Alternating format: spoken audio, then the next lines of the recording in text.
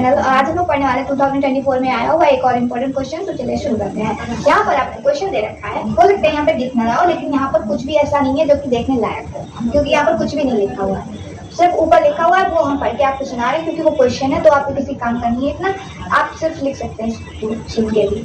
ठीक है, एक 80 मीटर चौड़ी सड़क के दोनों और आमने सामने समान ऊंचाई वाले दो खंभे लगे हुए हैं। हमने यहाँ पर बीडी को 80 मीटर चौड़ी सड़क माना है, एबी और ईडी दो खंभे मान लिए हैं। इनके बीच एक बिंदु से, यहाँ पर इस बीडी पे एक बिंदु है सी, यहाँ से एक खंभे का उन्नयन कोण 60 डिग्री बन रहा है और दूसरे का 30 डिग्री बन रहा है, यही लिखा भी है यहाँ पर। इनके बीच एक बिंदु से खंभों के उन्नयन कोण क्रमशः 60 और 30 डिग्री है। तो यहाँ पर आपको खंभों, ये वाली ऊंचाई इन खंभों की और इनसे बी सी और सी डी की दूरी अलग अलग बतानी है। जैसे करेंगे, सबसे पहले त्रिभुज एबीसी लेंगे। त्रिभुज एबीसी कौन सा है? ये वाला एबीसी। tan 60 डिग्री बन रहा है, क्योंकि यहाँ पर इसलिए लिखेंगे त्रिभुज एबीसी में tan 60 डिग्री बराबर होगा, कोण के सामने वाली भुजा लंब होती है और उसके फिर दूसरी भुजा आधार हो जाएगी, सबसे बड़ी कर्ण होती ही है, तो लंब बटे आधार होता है tan थीटा बराबर, इसलिए AB बटे BC हो गया। tan 60 का मान √3 होता है बराबर AB बटे BC चलेगा। तो यहाँ से जब BC इधर जाएगा तो गुणा हो जाएगी √3 से, तो AB बराबर √3 BC हो जाएगा। ये समीकरण 1 बन जाएगी। इसके बाद में हम लोग त्रिभुज EDC लेंगे। दूसरा त्रिभुज EDC है, ठीक। तो इसमें tan 30 डिग्री लेंगे। tan 30 डिग्री, कोण के सामने वाली भुजा ED लंब हो जाएगी, CD आधार हो जाएगी, तो ED बटे CD लिखेंगे, लिख भी रखा है। tan 30 का मान होता है 1/√3, ED बटे CD वैसे ही रहा। यहाँ से हम लोग CD बराबर √3 ED लिख सकते हैं, ठीक है। क्यों? क्योंकि CD इधर जाएगा, CD की 1 से गुणा हो गई, CD हो गया, √3 ED के पास पहुंचे तो √3 ED हो गया, ठीक।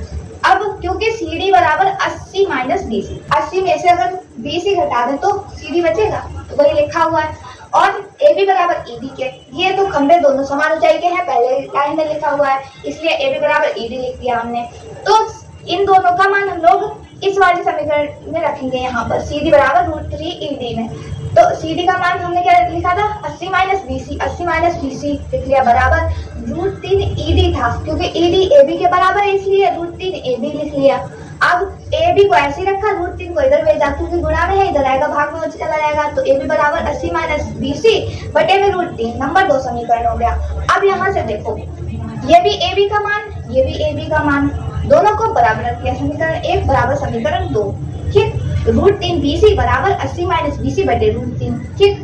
√3 यहाँ पर बटे में है, इधर जाएगा, गुणा हो जाएगी, √3 गुणा √3 3 BC हो गए, ठीक। यहाँ पर 80 माइनस BC चल रहा था, ये इधर चला गया था, इसलिए तो 80 को इधर ही रखा है। इस वाले स्टेप में हमने BC माइनस का था, इधर आया प्लस का हो गया, तो 4 BC हो गए यहाँ पर कुल मिला के, 4 BC बराबर 80 यहाँ तक आ गया।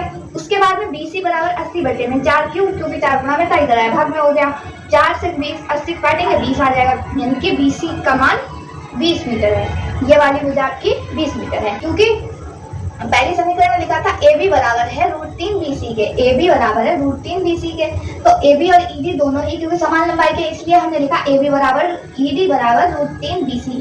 अब √3 की गुणा BC का मान 20 आया है, इसलिए 20 की √3 से गुणा हो गई, 20 √3 मीटर लिख लिया। अब इसके बाद में तो था AB की बिंदु C से दूरी कितनी हो जाएगी? ये जो पॉइंट जहाँ पर ये कोण बन रहे थे वो हमने C माना था, इसलिए C से दूरी BC हो जाएगी 20 मीटर, क्योंकि हमने अभी निकाली।